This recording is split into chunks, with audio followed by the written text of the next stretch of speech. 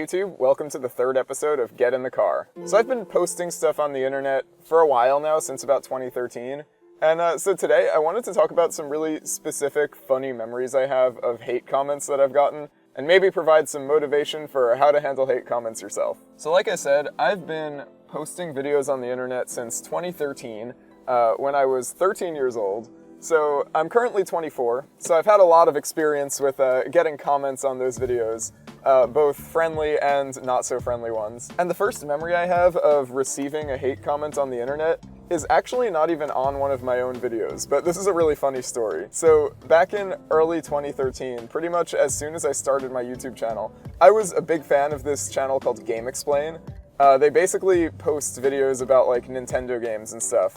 Whenever like a new game would come out or a new trailer, they would like analyze the trailer and all this stuff. So I believe it was during E3 2013, which was like, E3 is like a big gaming convention where like big game companies announce all their upcoming games and things like that. So I noticed that GameXplain was uploading a lot of videos. As a very dedicated 13-year-old, I realized that if I just sort of stalked their channel and watched it very closely at the times that I expected videos to go up, then I might be able to get the first comment on one of their videos. Now, as many of you know, people always comment first on YouTube videos and stuff. I don't know if that's a thing anymore. I feel like I haven't seen it on big YouTubers so much nowadays. But you know, it's still at least a little bit of a thing. You know, when you want to be the first comment on a video that's gonna have like millions of views, it's like, wow, that's pretty cool. You were the first one here. So me as a 13-year-old, I had never been first. So I wanted to be first on a video on a big channel. So what better opportunity than when GameXplain is uploading all these videos? So I was keeping a very close eye on their channel for a little while, and wouldn't you know it, they uploaded a video that I could click on. It had 0 views. I can click on it and get the first comment. So I go on this video and I'm so excited. I'm like, wow, I'm gonna be first. It's gonna be me this time. DG Cubes, I'm gonna be first. And so I comment first on this video, and I'm feeling so good. I refresh the page and I see that in fact I am the first person to comment on this video, and it's like, wow, I can't believe it finally happened. And then wouldn't you know, a little bit later, maybe even just a few minutes, I don't remember exactly how long later, I get an email telling me somebody replied to my comments, and I'm like, ooh, somebody's gonna be really impressed that I got first.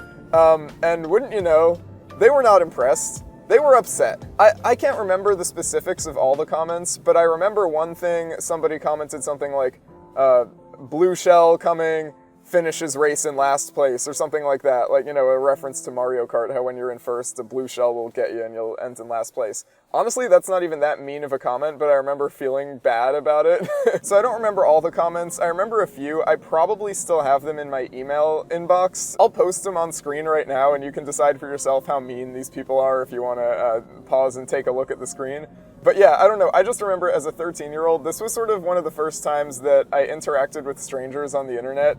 And I just felt really bad. I was like, oh no, I made a horrible mistake. I should have never commented first on this GameXplain video. I regret this immensely. I might have even gone and deleted my comment. I can't remember, but I remember just feeling so much like instant regret. So that one, obviously really inconsequential, nothing serious. Obviously it's not like morally bad to comment first on a video. Like nobody really cares, but it felt like I did something really wrong at the time. And so that was my first real experience receiving any kind of hate on the internet, which maybe was a good like trial run, because it wasn't really that bad. It was maybe just a good first-time experience. Now, over the next couple years, I started growing my YouTube channel, which was DG Cubes, my Rubik's Cube channel. You know, I grew it to a pretty reasonable size. I had about 1,000 subscribers after like 2 years, probably around where this channel's at right now. And in that time, I definitely got some hate comments. I don't think any of them really were super bad, but I got kind of used to getting the occasional, you know, meanie in the comments. But then was the greatest influx of hate I have ever received.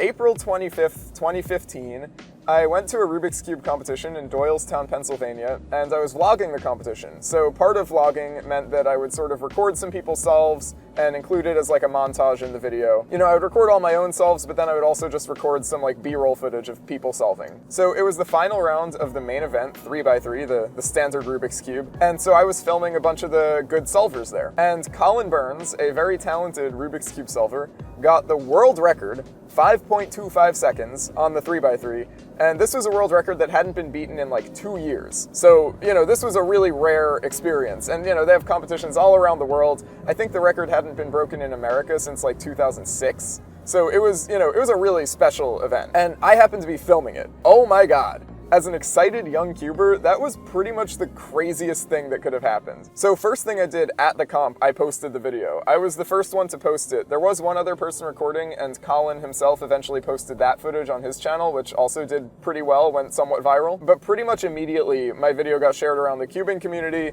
and then around the community at large. As of today, the video has like 2.5, 2.6 million views, somewhere around there, and it hit its first million within probably the first week. So the interesting thing here was I sort of had a few different types of hate comments on this video. One of them was earlier on, and it was from actual cubers. There were quite a few cubers who were upset with me for posting the video because it wasn't my world record, even though I filmed it, and like, you know, that was very clear that I filmed the video.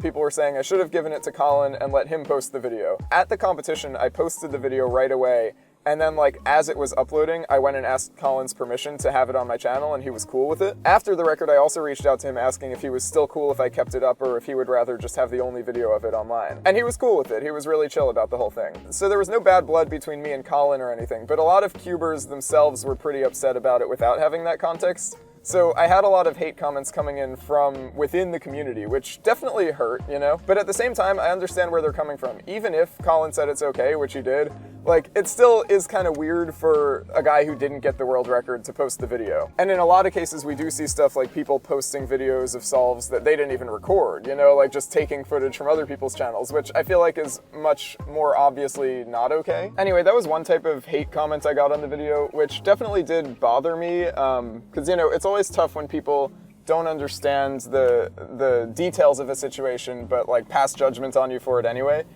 So that was pretty tough as a 15-year-old to handle. But then the other type of hate comment was like pure vitriolic hate from non-cubers and cubers alike, mostly non-cubers, for the content of the video. Specifically, two things about the video.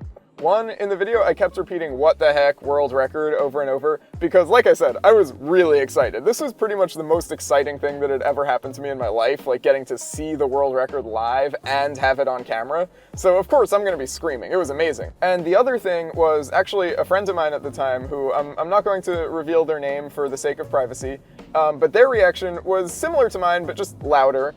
They basically let out a very high-pitched scream continuously for quite a while because it was just such a shocking, exciting moment. And for anybody who was actually there, I feel like they wouldn't have even noticed or thought anything of either of these things. Everybody was screaming and excited, you know?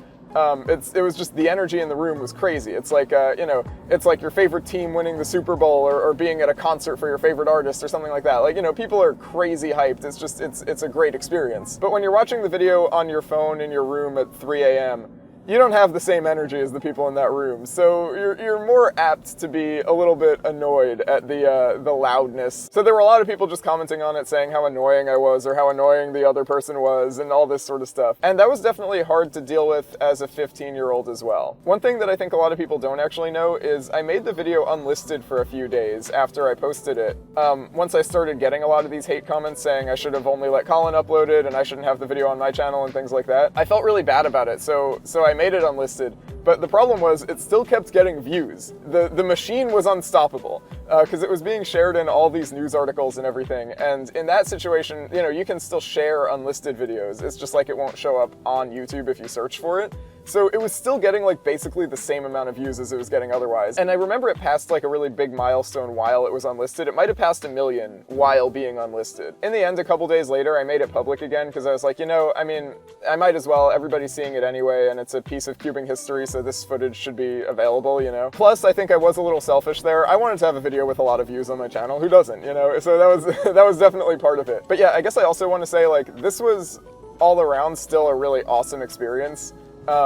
I don't want it to be overshadowed by the fact that there were hate comments. It was still a super cool thing that happened to me in my life, and I'm really grateful that I got to have that experience. You know, most people never get a viral video, so it was very cool that I got a viral video. I got to experience a really cool moment in person, so I'm really grateful for that. But it also definitely gave me a thicker skin and taught me a lot about how to deal with hate. I had a lot of times where I was pretty sad in the days after uploading it because of a lot of these hate comments I was getting and stuff. And I guess after that I learned, you know, it's not really that big a deal. It's like commenting on the Game Explain video. Nobody really cares that much. Nobody cares more than I do, at least, you know? So I think I learned to take stuff like that a lot less seriously and to just generally have a thicker skin when it comes to posting stuff online, which has served me really well recently. As I've mentioned in every video in this series so far, I'm a rapper now too.